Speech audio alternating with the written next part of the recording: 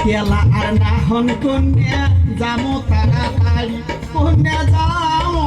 তাড়াতাড়ি আরে তেলা আর না হন কন্যা যামো তাড়াতাড়ি এই যে সাজি পারি যাওয়া লাগবে নয়া শ্বশুর বাড়ি ও কন্যা